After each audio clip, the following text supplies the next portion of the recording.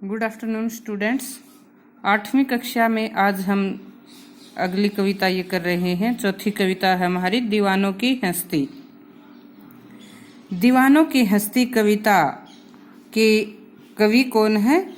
भगवती चरण वर्मा। तो कविता की व्याख्या करने से पहले इसका प्रसंग बनाते हैं। तो आप पहले इसका प्रसंग नोट करो। प्रसंग कैसे होगा? प्रस्तुत पद्यांश हमारी हिंदी की पाठ्य पुस्तक बसंत में संकलित दीवानों की हस्ती नामक कविता से लिया गया है। इसके कवि श्री भगवती चरण वर्मा हैं। इस कविता में कवि ने समय के माध्यम से वैराग्य जीवन पर प्रकाश डाला है। समय के माध्यम से, या फिर आप ऐसे भी लिखें, इस कविता में कवि ने वैराग्य जीवन पर प्रकाश डाला है। आगे व्याख्या करते हैं। हम दीवानों की क्या हस्ती। देखो, यहाँ पर कवि समय को एक मत वाले दीवाने के रूप में प्रस्तुत करते हैं। दीवाना क्या होता है? संसार के बंधनों से मुक्त मत वाला बेफिक्र व्यक्ति, जिसे संसार के बंधनों की, अपने जीवन की कोई परवाह नहीं होती। ये दीवाने स्वतंत्रता प्रेमी, स्वतंत्रता सेनानी भी हो सकते हैं, जो देश के लिए समय के जीवन का बलिदान कर देते हैं। ये दीवाने सन्यासी या वैरागी भी हो सकते हैं, जो मोक्ष के लिए या भक्ति के लिए अपना घर बार त्याग देते हैं, जिन्हें अपने रिश्ते और नातों की कोई परवाह नहीं होती। तो यहाँ पर कवि एक वैराग्य जीवन पर ही प्रकाश डाल रहे हैं और समय के माध्यम से कहते हैं कि हम मतवालों की क्या हस्ती औकात हसीयत, कि हम मतवालों के तो कोई हसीयत नहीं है। हम मतवालों की कोई हसीयत नहीं है। आज यहाँ कल वहाँ चले, क्योंकि हमारा कोई निश्चित ठिकाना नहीं है। हम मतवालों की कोई हैसियत नहीं है, कोई अस्तित्व नहीं है, क्योंकि हमारा कोई निश्चित ठोर ठिकाना नहीं है। आज यहाँ कल वहाँ चले, अगर हम आज एक स्थान पर हैं तो कल किसी दूसरे स्थान पर रहेंगे। वैराग्य संसार जो सन्यासी होते हैं, वे जैसे चलते रहते हैं, लोगों में संदेश देना, धर्म का संदेश देते हुए चलते रहते हैं। तो क्या कहते हैं? हम मतवालों की कोई हस्ती, कोई अस्तित्व नहीं है, हमारा कोई निश्चित ठिकाना नहीं है। हम आज एक स्थान पर हैं तो कल किसी दूसरे स्थान पर होंगे। मस्ती का आलम साथ चला। कवि कहते हैं कि हम जहाँ पर भी जाते हैं वहाँ पर भी लोग हमारे संसार, आलम का अर्थ संसार होता है, वहाँ संसार भी मस्त होकर हमारे साथ चल पड़ता है। हम धूल उठाते जहाँ चले, हम मस्त होकर जहाँ पर भी जाते हैं वहाँ संसार भी मस्ती में भरकर हमारे साथ चल पड़ता है। आए बनकर उल्लास अभी, आंसू बनकर बह चले अभी। कवि कहते हैं कि हम जहाँ पर भी जाते हैं लोग हमें देखकर खुश होते हैं, उनमें जोश भरता है, मस्ती का आलम होता है, तो लोगों में जोश उत्पन्न होता है। आए उल्लास बनकर अभी, तो क्या कहते हैं कि हम जहाँ पर भी जाते हैं वहाँ पर लोगों के लिए खुशी बन जाते हैं, लोग प्रसन्न और खुश हो जाते हैं।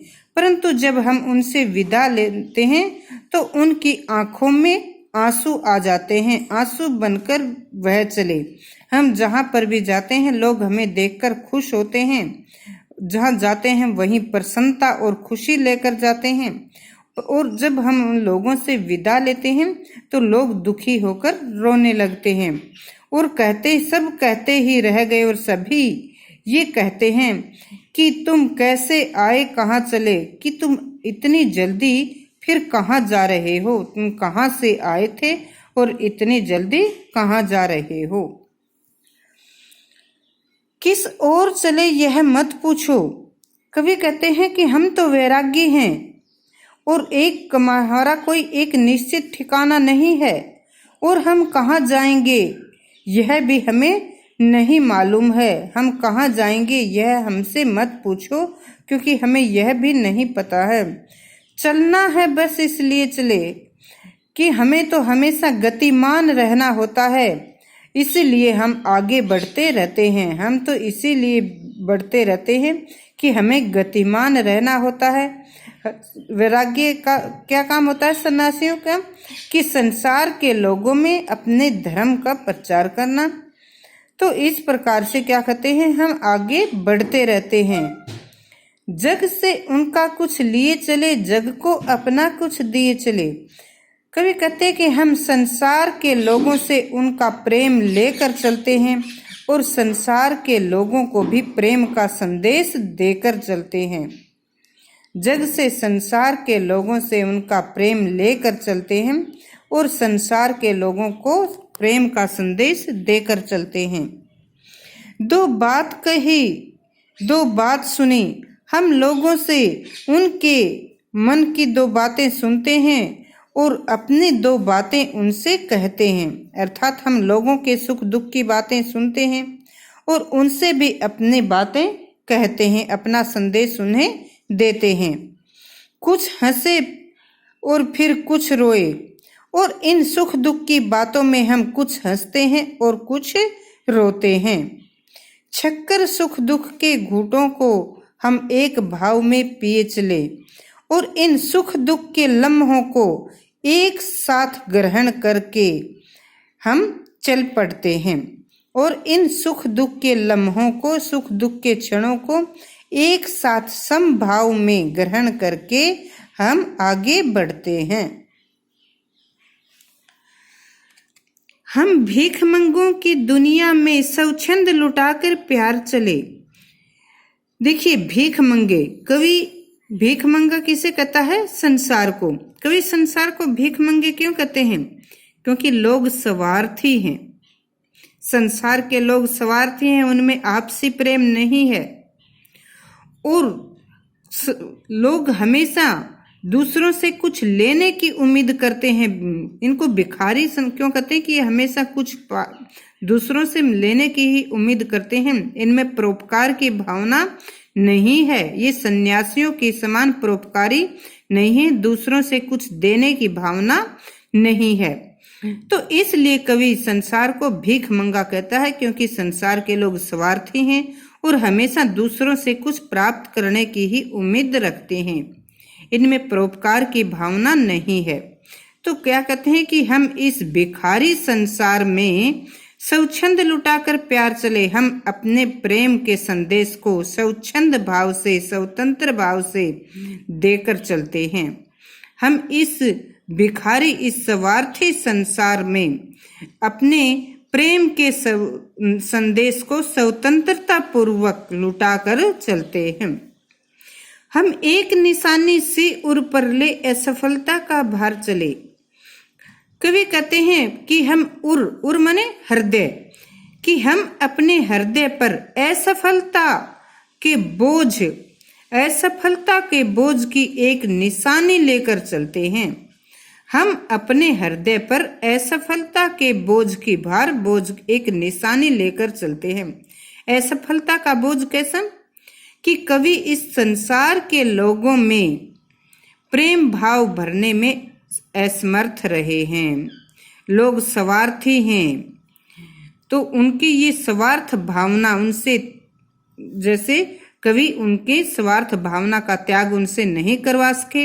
इन लोगों को बदलने में, इनमें सद्भाव भरने में, प्रेम भाव भरने में असफल रहे हैं और यही असफलता का बोझ कवि अपने हृदय पर एक निशानी के रूप में लेकर चलते हैं।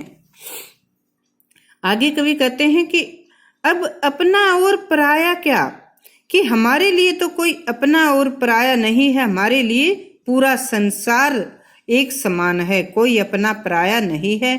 हमने सभी रिश्तों नातों को त्याग दिया है।